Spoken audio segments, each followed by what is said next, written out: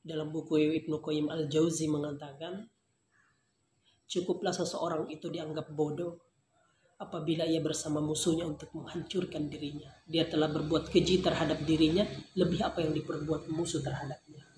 Artinya dia lebih keji terhadap daripada musuh. Kenapa?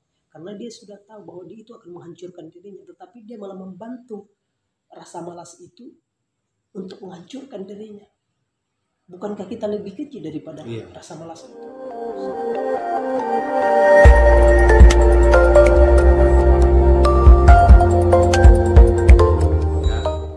Perkenalkan dulu, nama saya Gede Suarsana, sebagai pemerhati pemuda yang menurut saya pada saat zaman ini pemuda harus memiliki motivasi, harus bisa memberikan motivasi-motivasi yang bisa membuat suatu perubahan atau gerakan-gerakan yang bisa menjadi contoh bagi generasi-generasi berikutnya. Dan Anda sebagai pemuda, saya mau tanya, bagaimana menurut Anda, apa yang mestinya pemuda lakukan untuk bisa memberikan sumbangsih pemikiran dan sumbangsih pendapat untuk kemajuan daerah? Sebagai pemuda mungkin ada pemikiran-pemikiran yang harus disampaikan dan yang bisa disampaikan. Mungkin itu pertanyaan saya. Gini Mang Gede. Untuk berbicara masalah pemuda, kata Ortega Goyasit itu dia sebagai agen perubahan. Agen perubahan yang menjadi stafet pelanjut, yang harapannya bisa mengawal kemuliaan peradaban setiap fasenya. Itu harapan. Dan anak muda ini berbicara tentang anak muda. Kalau ditanya antara perbedaan anak muda dengan kaum tua, tentu beda. Meskipun kaum tua sudah pernah melalui di masa mudanya. Nah, bahkan ada yang bahkan kalau saya menarasikan itu, semangat anak muda itu seperti matahari siang, Bang Gede. Sangat terang dan sangat panas. Nah, itulah yang kemudian dimiliki anak muda. Ketika ini dimiliki, difungsikan pada satu hal yang memotivisir dirinya, mengisi nutrisi pemikiran yang ada dalam dirinya, kemudian mentransformasikan mentransformasikan di dunia nyata. Saya pikir negeri ini akan indah. Nah,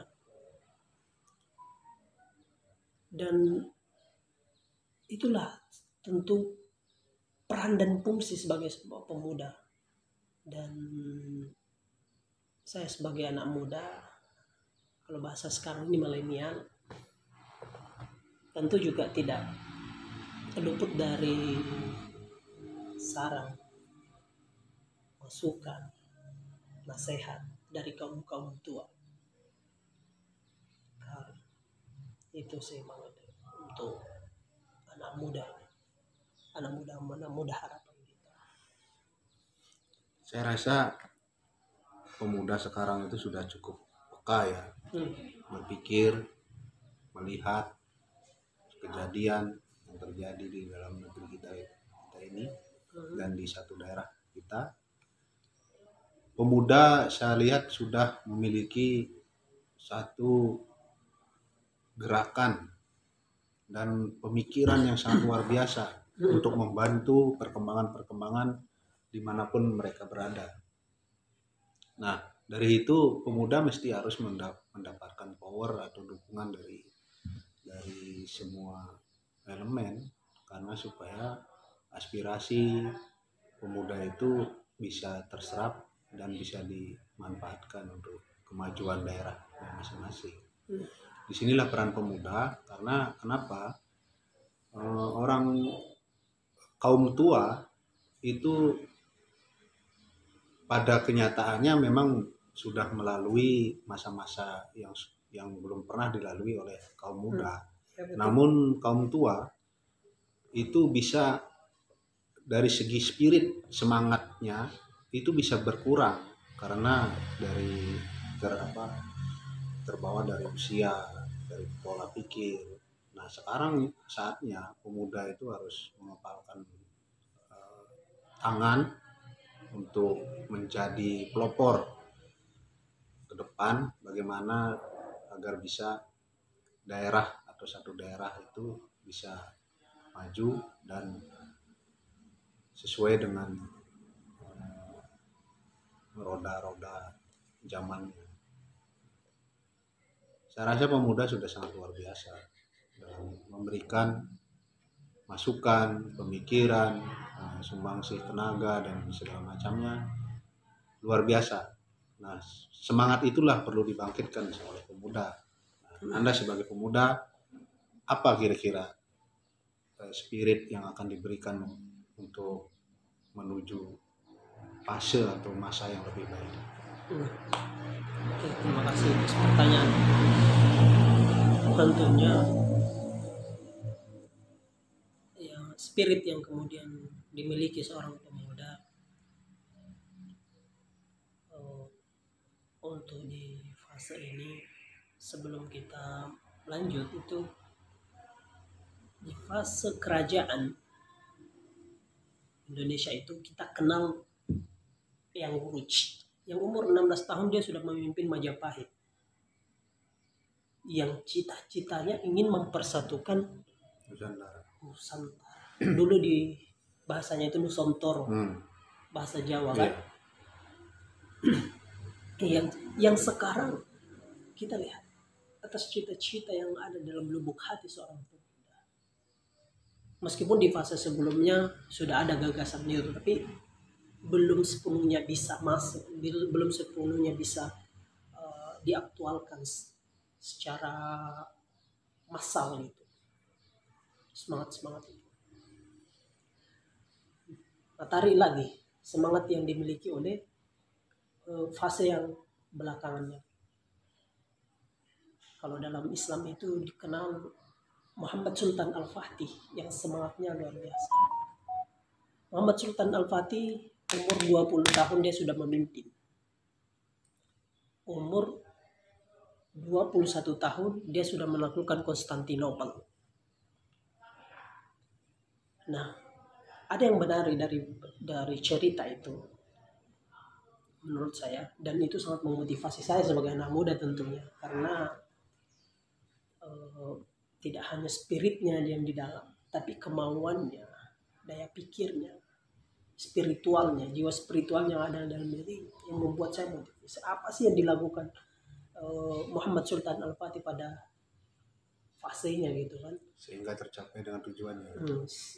Sehingga mimpi-mimpi yang pemimpin dulu untuk melakukan Konstantinopel, dia wujudkan mimpi-mimpinya. Seperti kata Soekarno itu, 10 berapa itu, 100 seribu orang orang tua bisa bermimpi, satu muda bisa mewujudkan itu. Bahkan Soekarno itu tidak ragu mengatakan, beri aku 10 pemuda. Nah, karena di situ saat Soekarno, pernah saya baca referensi dalam buku itu, saat Soekarno ragu untuk memproklamirkan kemerdekaan pada saat itu, anak muda tampil menculik Soekarno yang kita kenal itu dengan Rengas Dengklok 16 Agustus itu. Nah, menculik beberapa anak-anak muda itu, kemudian menculik kalau menculik Soekarno Rengas Dengklok. Nah, memberikan keyakinan kepada Soekarno bahwa kita mempunyai infrastruktur kekuatan untuk merdeka. Apa kekuatannya pada saat itu? Nah, semangat itulah yang dimotivisir oleh anak muda, kemudian ditransfer ke jiwa Bung Karno itu, sehingga kemudian diperkawinkanlah kemerdekaan Indonesia pada saat memberikan keyakinan, memberikan spirit pada saat itu. Kita merdeka kok. Jepang sudah mengalah, karena salah satu pemuda itu juga ada salah satu pemuda yang sudah mengetahui berita itu, karena mereka juga ternyata pintar bahasa di bahasa Belanda, bahasa ini, bahasa ini. Nah, itu spirit yang harus dibentuk. Lalu gagasan seperti apa yang harus diberikan? Menurut saya anak muda tidak boleh apatis terhadap keadaan. Iya. Karena setelah misalkan kalau dia seorang mahasiswa, setelah dia di universitas mahasiswa, dia akan masuk ke universitas masyarakat yang itu lebih menantang, yang itu lebih banyak permasalahan, yang apabila anak muda tidak siap dengan keadaan-keadaan yang menekan mereka, keadaan-keadaan yang ada, kalau tidak siap dengan secara pemikiran, kematangan pemikirannya tidak ada untuk menyelesaikan masalah, maka dia akan justru timbul permasalahan baru. Dia akan menjadi sampah bagi kehidupan, kata teman-teman saya. Nah, menurut saya, sembari untuk mengejar cita-cita, anak muda mahasiswa itu jangan lupa untuk terus menginstruksi segala kebijakan yang tidak pro terhadap masyarakat. Karena dia juga agen of control sosial. Dia ada sebagai agen of control sosial. Nah, itu sih. Nah, jadi jiwa muda, semangat muda dan spirit muda itu memang sangat dibutuhkan untuk mendukung semua aspek kegiatan di masyarakat, di pemerintah maupun di sosial lainnya. Karena jiwa muda ini bisa menggetarkan jiwa-jiwa yang lain. Contoh misalnya yang Anda katakan tadi, bahwa Soekarno itu sempat diculik oleh beberapa pemuda dan akhirnya beliau bisa memproklamasikan kemerdekaan itu karena ada energi jiwa mudanya itu tersalurkan, tersampaikan. Jadi yang tua tidak akan bisa berbuat apapun tanpa semangat pemuda.